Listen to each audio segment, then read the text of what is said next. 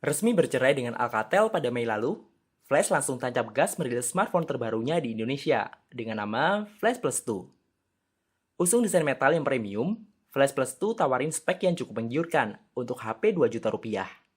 Penasaran? Yuk simak reviewnya di sini.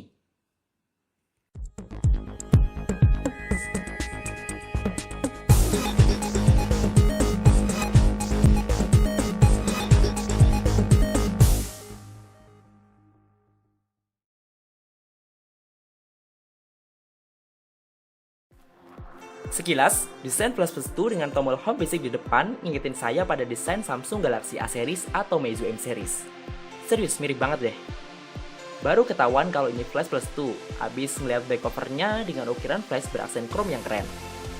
Bagian belakang sampai tombol home dan juga volume berlapiskan material metal yang berkualitas dan terasa lembut saat disentuh.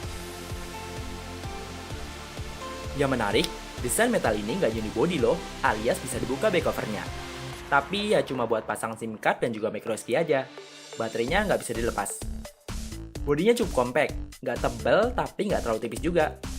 Namun ada satu hal yang jadi nilai merah pada desainnya, yaitu penempatan tombol power yang terlalu ke atas, sehingga susah dijangkau, terutama saat pegang dengan satu tangan. Bagian depan nggak kalah cakep. Saat kondisi layar mati, layarnya seakan nyatu dengan bezel-bezel dengan warna yang hitam pekat. Layar seluas 5,5 inci ini dilindungi lapisan kaca kuat Dragon Trail, yang seharusnya nggak apa-apa sih kalau kegores kunci atau nggak sengaja jatuh nyium keramik. Usung teknologi OGS, tampilan layar IPS dengan kerapatan 401 ppi ini kelihatan jernih dan tajam. Kontras, saturasi warna udah cukup oke, dan tampilannya masih kelihatan jelas dari sudut kemiringan tertentu. Pokoknya bikin betah deh buat nonton film lama-lama di HP ini. Kalau kebanyakan HP 2 jutaan masih pakai Android Lollipop, Flash Plus 2 ini udah lebih up to date karena udah pakai Android Marshmallow 6.0. Secara teori, Android Marshmallow kerasa lebih smooth dibanding versi Android sebelumnya.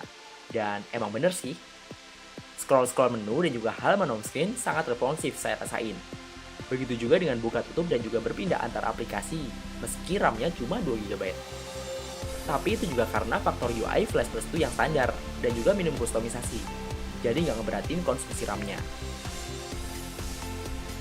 Dari total penyimpanan internal 16 GB yang bisa dipakai pengguna sekitar 10 GB. Bloatware masih ada beberapa, untungnya bisa dihapus kalau emang nggak dibutuhin. Oh ya guys, Flash Plus 2 juga hadir dengan varian RAM 3 GB plus penyimpanan internal 32 GB dengan selisih harga Rp300.000. Fitur gestur juga hadir, meski hanya sebatas double tap to wake atau double tap to sleep. Tapi setidaknya udah cukup mengatasi masalah susahnya jangkau tombol power yang terlalu di atas itu. Buat kamu yang hobi download, kehadiran fitur turbo download sangat membantu.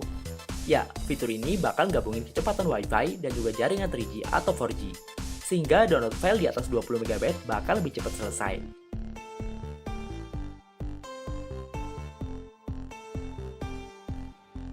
Nggak cuma metal, revolusi yang dibawa Flash Plus 2 ada di sensor sidik jarinya. Ya, sensor ini nyatu dengan tombol home di depan, kayak Samsung dan juga iPhone. Jujur saya akui, kinerja sensor yang mampu mengenali hingga 5 sidik jari berbeda ini sangat akurat dan cepat. Saat HP di restart, kamu nggak bisa gunain sidik jari buat unlock perangkat pertama kalinya, tapi harus masukin pin atau pattern. Pengalaman saya pakai HP dengan fingerprint sensor, termasuk iPhone, hal yang sama juga terjadi. Ada yang tahu kenapa? Fungsi fingerprint sensornya ternyata nggak cuma buat buka perangkat loh. Sensor ini juga bisa dikustomisasi buat buka aplikasi tertentu secara cepat. Buat ngebersihin beberapa aplikasi yang berjalan di RAM, cukup dengan tap sensornya 2 kali. Asik kan? Oh ya, selain sensor sidik jari, sensor-sensor lain yang tertanam di HP ini juga cukup lengkap. Gyroscope? Ada dong. Nggak ketinggalan, USB on the go juga hadir untuk melengkapi fitur-fitur di smartphone ini.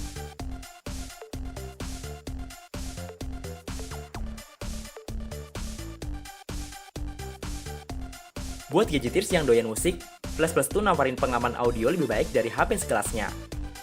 Mengedepankan hi-fi audio, Flash Plus 2 dilengkapi dengan DAC 32 bit dan ARD filter digital yang dapat memproses detail sinyal audio jadi lebih kaya, sehingga memungkinkan pengguna dengerin detail akustik dan juga efek suara volume tinggi pada earphone dan juga headphone. Gak cuma itu aja, Flash Plus 2 juga ditunjang amplifier yang diklaim mampu meningkatkan kekuatan speaker pada smartphone hingga 3,6 watt. Sehingga audio dapat lebih mudah terdengar dalam lingkungan yang bising sekalipun.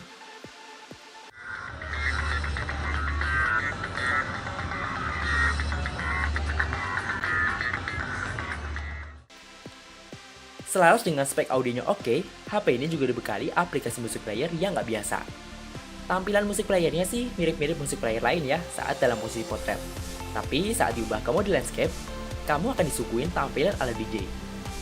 Ya, dengan fitur bernama Mix ini, kamu bisa gabungin dua lagu untuk dimainin bersamaan. Selain itu, kamu juga bisa bebas ngatur beat dan kecepatan lagu, plus nambahin beberapa efek suara dan merekamnya.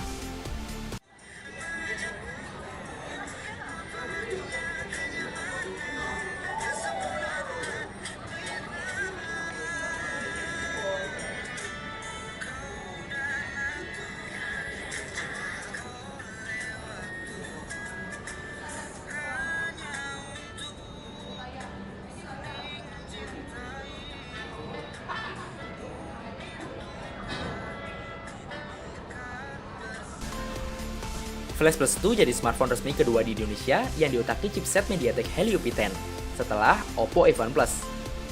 Cukup menggiurkan sih, karena chipset ini biasanya dipakai di smartphone kelas menengah ke atas. Kalau Helio X10 lebih ngunggulin performa, Helio P10 ini lebih juara di sektor kamera, karena punya dual image signal processing yang lebih baru dibandingkan dengan X10. Secara teknis, harusnya hasil foto di HP dengan chipset P10 ini lebih baik sih.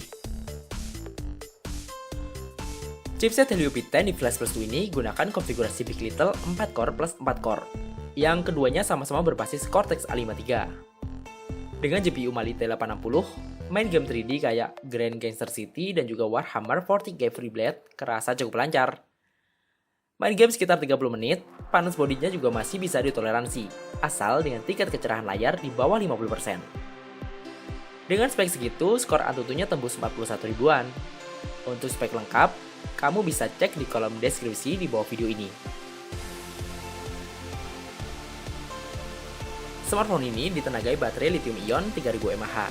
Dan untuk penggunaan yang relatif sedang kayak browsing, streaming, dengerin musik sambil chatting dan juga buka media sosial, screen on time-nya tembus di atas 4 jam. Meski harganya kompetitif, Flash Plus 2 tetap dilengkapi dengan fitur fast charging.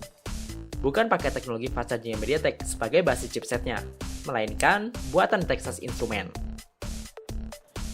Karena penasaran, saya coba mengujinya. Dan emang benar cepat ngisinya loh. Dari kondisi baterai 5% sampai 100%, saya hanya butuh waktu sekitar 1 jam aja. Saat proses pengisian ulang, temperaturnya bakal meningkat. Dan emang sebaiknya diletakkan di tempat yang sejuk. Plus, gak sambil dipakai buat ngapa-ngapain ya. Flash Plus 2 bawa DNA mobil Grab yang sama dengan saudaranya, yaitu Flash 2. Yang artinya, fitur fotografi cukup diunggulin di HP ini.